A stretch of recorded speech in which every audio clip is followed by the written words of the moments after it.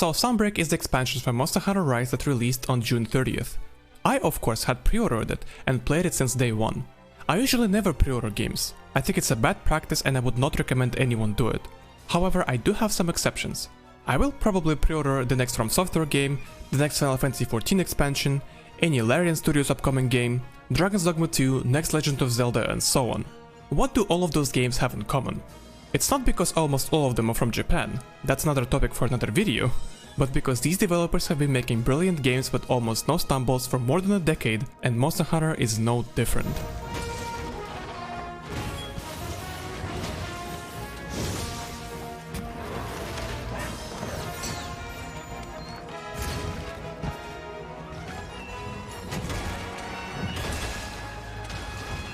Monster Hunter Rise Sunbreak is what you would usually expect from a Monster Hunter expansion. It adds more weapons and armor, new and returning monsters, new environments to hunt in, and more playstyles for all weapons. There isn't a lot to say when it comes to expansions like that. If you like Monster Hunter World, chances are you would like Monster Hunter World Iceborne expansion. If you like Monster Hunter Rise, you would like Sunbreak. It's as simple as that really. Let's discuss the biggest change in gameplay, the skill switch. So before Sunbreak, you can take certain weapon moves, the game calls them switch skills, with you on a hunt. They did replace each other, so you couldn't take every move with you on a hunt. You choose whatever you like the most and stick with it for the duration of the hunt. Now in Sunbreak, you can take almost every skill with you on a hunt for the exception of one wire bug ability. It is all possible now because of the skill switch.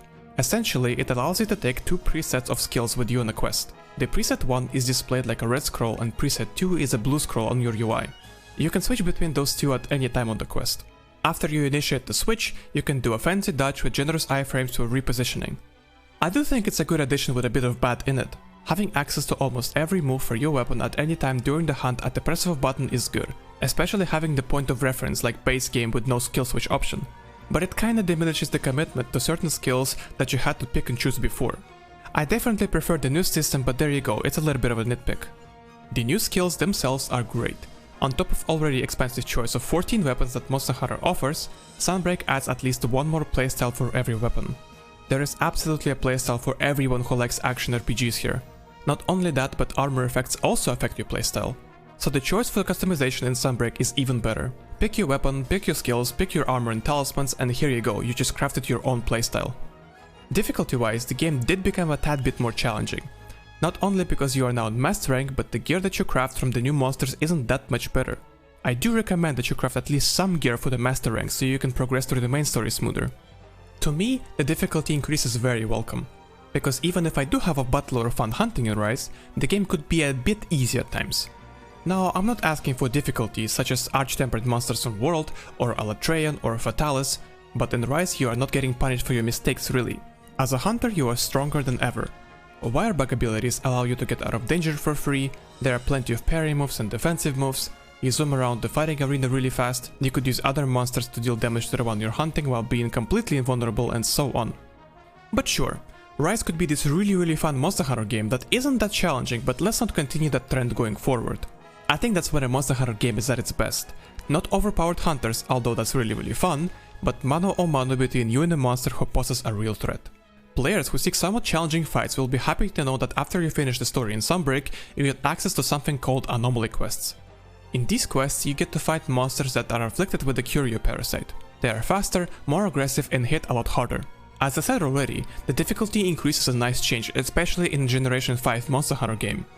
When the afflicted monster hit the hunter, you will receive the debuff called Blood Blight.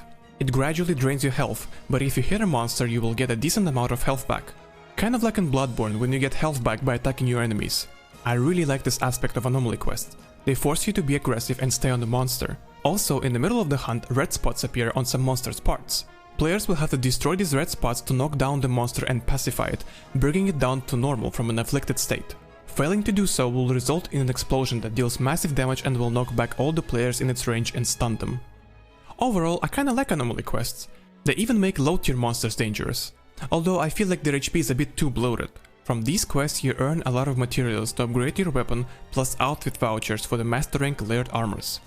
Speaking of layered armors, another small complaint that I have is ever-present lack of layered weapons options. We have layered armor but no layered weapons yet? It is disappointing because I'm one of those players that like mixing and matching armor and weapon appearances to get my hunter look the best. That's my endgame. There is a rumor though, that layered weapons will come later with the free title updates, and I do hope that we'll get that option in the future. Talisman Melding is back, and it is random as always.